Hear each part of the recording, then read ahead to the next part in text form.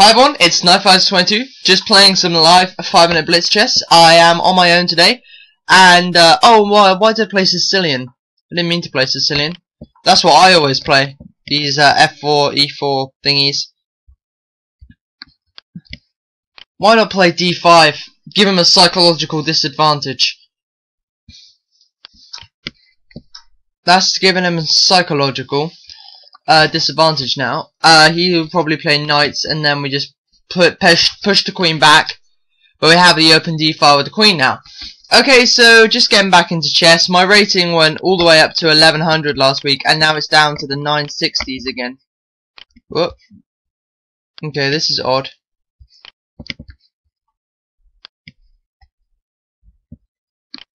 Pawn e6 is good for me. And if he plays pawn to c4 now, we can just pull the queen back to d8. Okay, bishop e2. Let's just get this queen out of there. I know that's a bit of a passive, wasting development time, but we're in an okay position, and I don't really want him to, Okay, so we're kind of in a fairly similar position, and with our pawn structure, I mean, we both have these pawns, and then a pawn missing, and then the pawn here, but e and d. So he's got quite a nice position, really. He's probably going to play knight e3 here. Knight e3, yep. And then should we fianchetto? Fianchetto the bishop. Fianchetto the bishop along this diagonal, because it's not really going to have much chance of getting out on e6, because that pawn is staying there, as there's no d pawn. What I always try and think is that if you are moving your pawn, so like say if you move this g pawn, either this f pawn or this h pawn isn't going to be able to move. So say if you move that one square, then one of them's going to be able to move too. And why did he give up that pawn? I wonder why he did that. What does he play? He just plays a simple king h1, doesn't he? Now I don't want to go queenless, but let's see what he wants to do.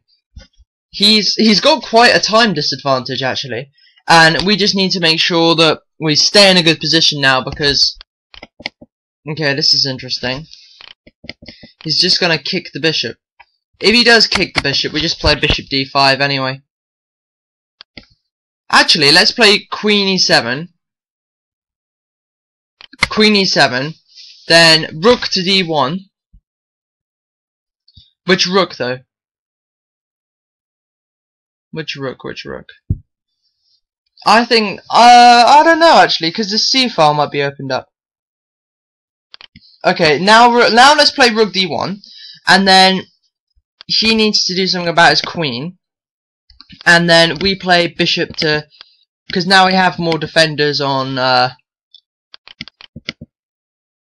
now we have more defenders on it.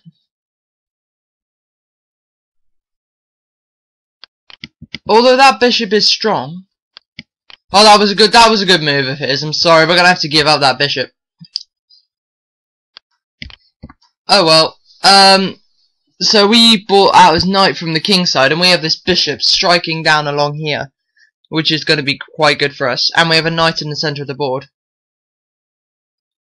We can take here, and that's a fork.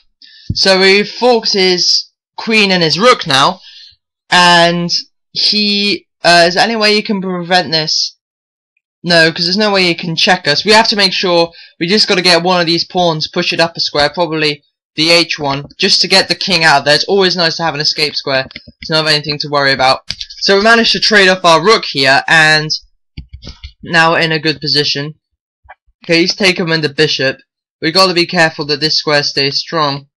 So let's just get this. Let's just do that move by getting a square for the king. And now, basically, coming into the well, we're still in the middle game, aren't we? Definitely. But he's got his pawn structure is quite odd. I'm quite happy with our pawn structure actually. Okay, so he is planning to disregard our bishop. Actually, let's just double the rooks on the d file. He's probably going to take our bishop here, and then we double the rooks on the d file, which will be very strong. And we have a nice queen on b7 as well, if he takes our bishop. Okay, okay. That was quite a good move, actually. Okay, where can he go with his knight? Okay, I admit that was a mistake. Let's bring the bishop back. And I don't think there's anywhere too threatening he can go with his knight. But I just want to get that... Yeah, I need to get that bishop out of there now. Okay, so he's putting pressure on this square here. Which is okay. We just have to remember not to move our knight. Okay, let's double this. Okay, now coming into the sort of more end game kind of thing. Okay, so his knight has come back to there. Let's double and attack the knight. What useful squares can his knight... Oh, Christ, his knight can go to... Oh, he missed it, he missed it. His knight could have gone there. Okay, let's just push that up. We were lucky, we were very lucky then. His knight could have gone to c6 and forked it. I didn't see it.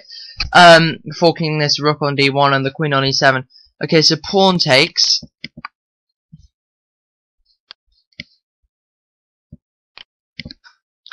What's he... Oh, he has that rook on the f-file as well. Maybe that's what he's planning.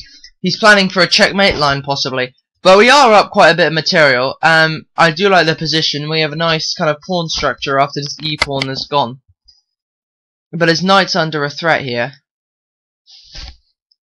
Obviously, you can't take it with the queen because it's supported. Okay, then. It's good because this square is defended laterally as well. So let's attack this queen and the horse at the same time. See what he does about that.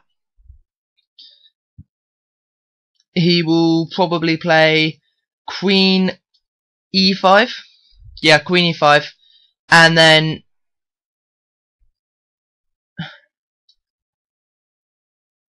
Okay, if he plays queen e... Oh, no, no, no. He hasn't chosen to save the horse. That's kind of odd, isn't it?